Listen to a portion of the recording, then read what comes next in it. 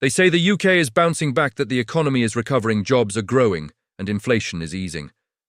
But step outside the headlines, and a darker picture unfolds. In towns across the country, the truth looks nothing like the news. Parents are skipping meals so their children can eat. Teachers are bringing in food for hungry students. Workers with full-time jobs are sleeping in cars. Something's deeply wrong, and no one at the top seems to be sounding the alarm. You're not supposed to hear about this.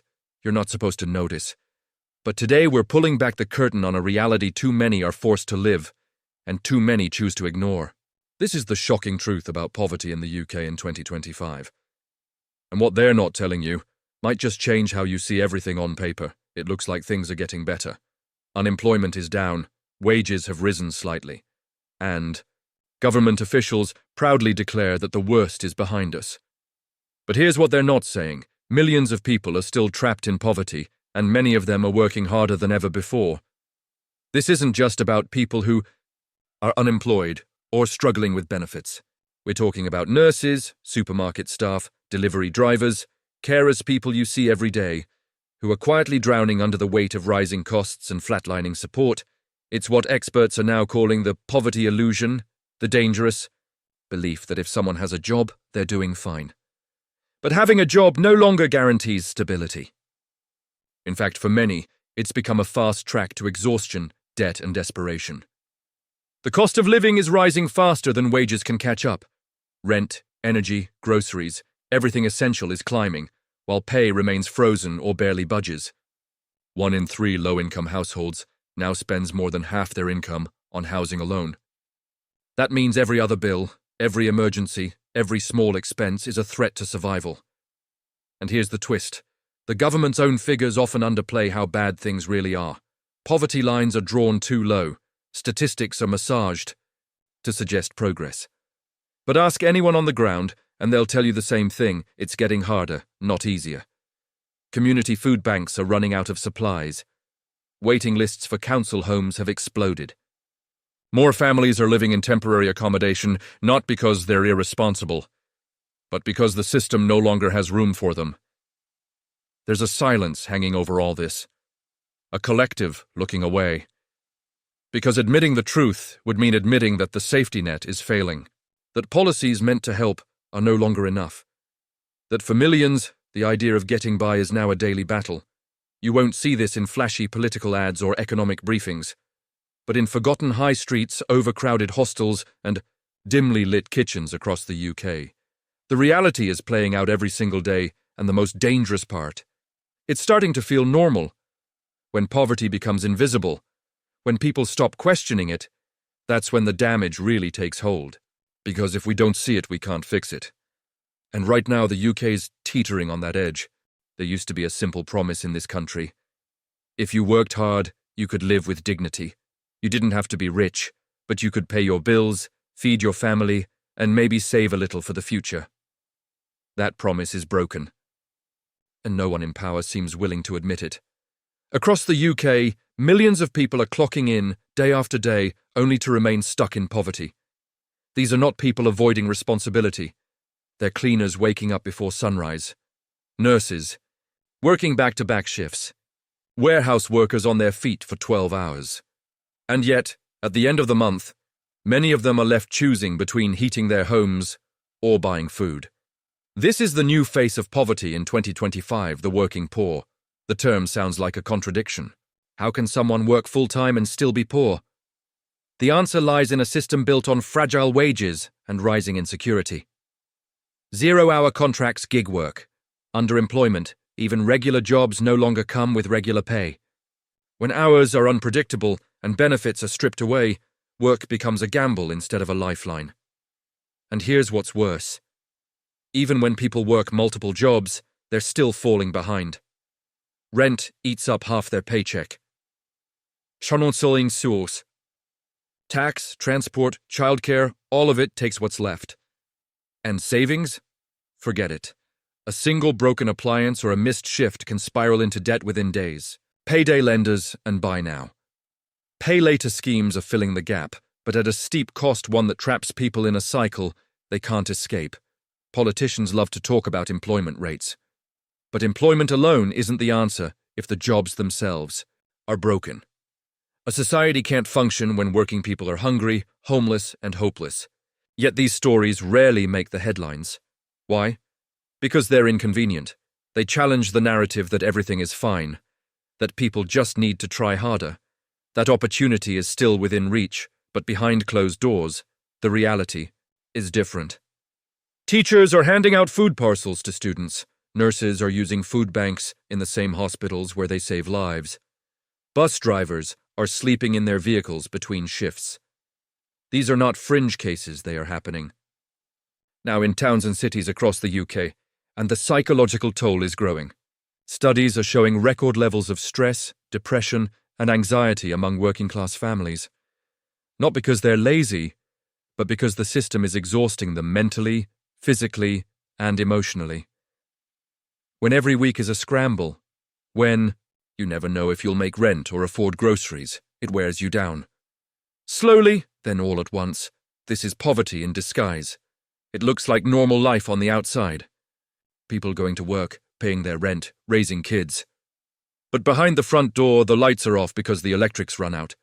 The fridge is half empty, and there's a stack of unpaid bills that just keeps growing, all while politicians argue over numbers that no longer reflect reality. We've been told that work is the solution, but for too many, work is no longer enough. The truth is, the UK has created a generation of invisible strugglers, people who do everything right and still fall short. Not because they failed the system, but because the system is failing them, and it's time we start asking why. Poverty doesn't just appear out of nowhere. It doesn't fall from the sky like a natural disaster. It's built step by step through decisions made in offices far away from the people they affect. Over the past decade, a series of quiet, technical policy changes have created a perfect storm. On the surface, they seem small. But stacked together, they've pushed millions over the edge. And the worst part? Most people never even saw it coming. It started with cuts, not big, dramatic slashes, but slow, consistent tightening.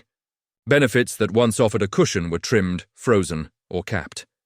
Universal credit, promised as a simplified solution, became a bureaucratic nightmare. Delays in payments, complex requirements, sanctions for missing appointments. For people already living on the edge, one small disruption could mean weeks without income. And then came the local council cuts. Youth services disappeared. Community centres shut down. Mental health programs were gutted. Emergency housing became harder to access. Support workers lost their jobs. Safety nets that once caught people during hard times quietly vanished. One by one. And no one noticed until it was too late. Meanwhile, the cost of everything else kept climbing. Energy bills surged. Public transport became unaffordable. Food prices rose every month. But wages didn't. And housing, that's a crisis, all on its own. In many parts of the UK, rent has outpaced earnings by so much that even professionals are struggling to keep a roof over their heads. Families are being priced out of their own neighbourhoods. Young people are locked out of home ownership entirely, and social housing, once a cornerstone of stability, is in freefall. Waiting lists stretch for years, new developments are slow, and private landlords are raising rents unchecked. This isn't just unfortunate, it's engineered. For years, government after government has prioritised market growth over people's survival. They've sold off public assets, deregulated housing, and allowed big corporations to profit while workers struggle. And all the while, the narrative has been carefully controlled. We're investing. We're reforming. We're encouraging responsibility. But when you peel back the language, you see the truth. It's disinvestment, it's deflection, and it's abandonment. Take the two-child benefit cap. It sounds like a technical RL, but what it really means is that thousands of families, regardless of need, receive no extra support for third or fourth children. It penalizes poor families for being families. Or the bedroom tax, a policy that punishes people for having a spare room, even if there's nowhere else to go. These aren't policies aimed at saving money. They're policies aimed at sending a message. You're on your own, and this quiet cruelty has consequences. Child poverty is at its highest in decades. Disabled people are living in isolation, stripped of the care they once relied on. Single parents are juggling 3 jobs with no end in sight. Elderly people are choosing between medication and heating. And when they reach out for help, what do they find? A hotline that never picks up. A council office that's been shut down. A benefits portal that crashes. A system that shrugs. But here's the chilling part, none of this is new. These policies have been in motion for years. What's different in 2025 is the scale. More people are affected, the margins are thinner, and the tolerance for suffering has grown disturbingly high. It's become normal to hear of working families, living in shelters, of students skipping meals, of nurses relying on food banks because once poverty becomes policy, it stops looking like an emergency. It starts looking like the way things are, and unless that changes, the crisis will keep spreading, silently, steadily, and with devastating force. Poverty isn't always visible. It doesn't always look like empty cupboards or sleeping rough on the streets. Sometimes it looks like someone smiling at work while hiding the fact they haven't eaten since yesterday. It looks like a child, pretending they forgot their lunch, so no one knows they didn't have one to bring.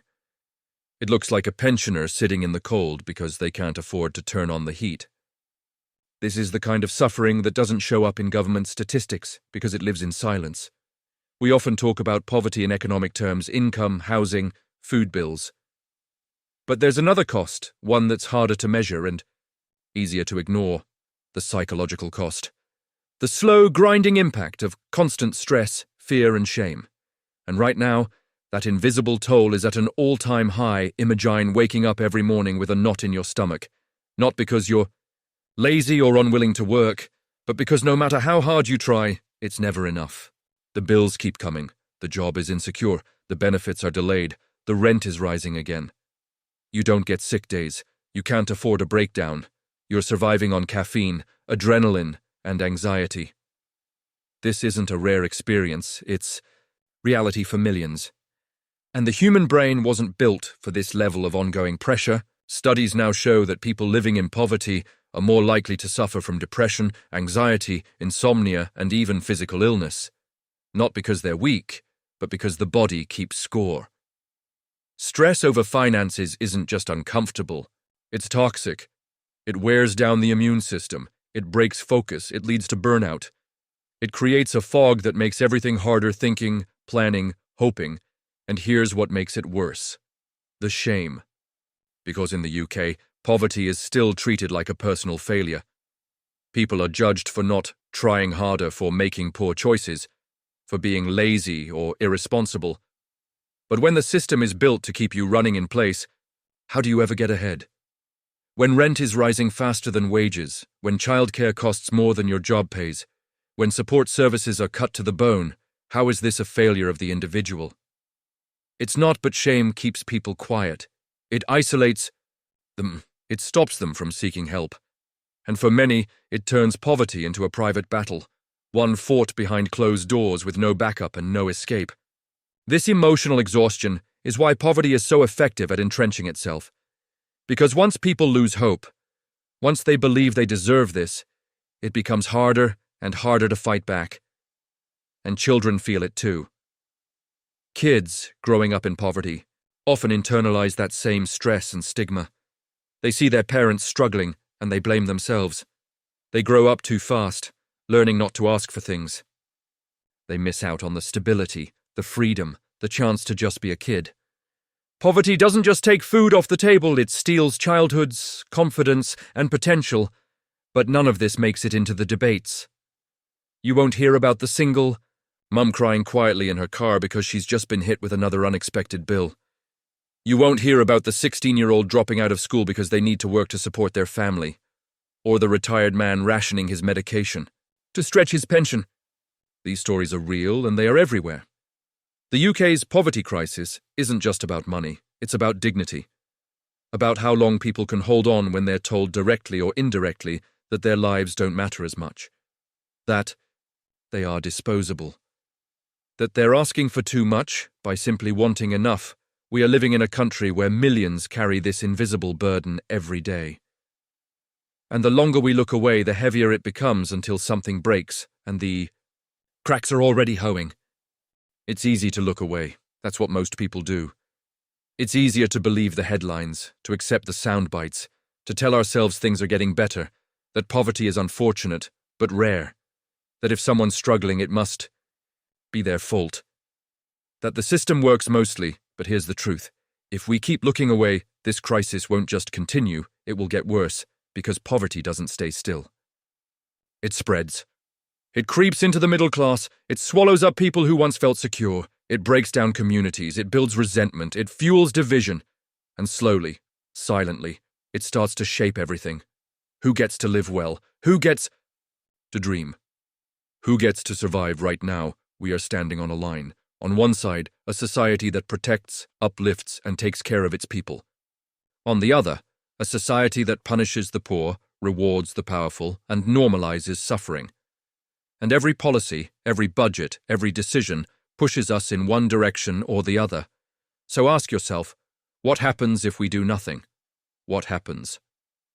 If we allow millions to live like this in silence, in fear, in exhaustion? What happens if we teach another generation that no matter how hard they work, they'll never be safe?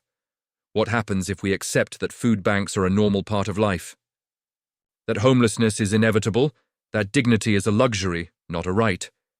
Because this isn't just about compassion, it's about consequence. A society that lets its people fall this far will, eventually, fall with them. You can't build a strong country on broken lives. You can't grow an economy while shrinking people's hopes. You can't expect peace when injustice becomes policy, and yet there is still time to ask hard questions. Time to stop accepting excuses. Time to stop pretending poverty is someone else's problem. It's not. It's your neighbor, your co-worker, your child's friend, the woman who serves your coffee, the man fixing your train, the people who keep this country running while barely hanging on. We need to stop believing that silence equals peace. That if it's not on the news, it's not happening, because it is, all around us. And ignoring it doesn't make it go away. It just makes it easier for those in power to keep doing nothing. But what happens if we choose to see it? Really see it, we might start demanding more. We might start speaking louder. We might realize that poverty isn't inevitable. It's a result of choices. And that means it can be undone by choices too. The only question left is, will we keep looking away, or will we finally face what they're not telling us and start changing it? Because if we don't, no one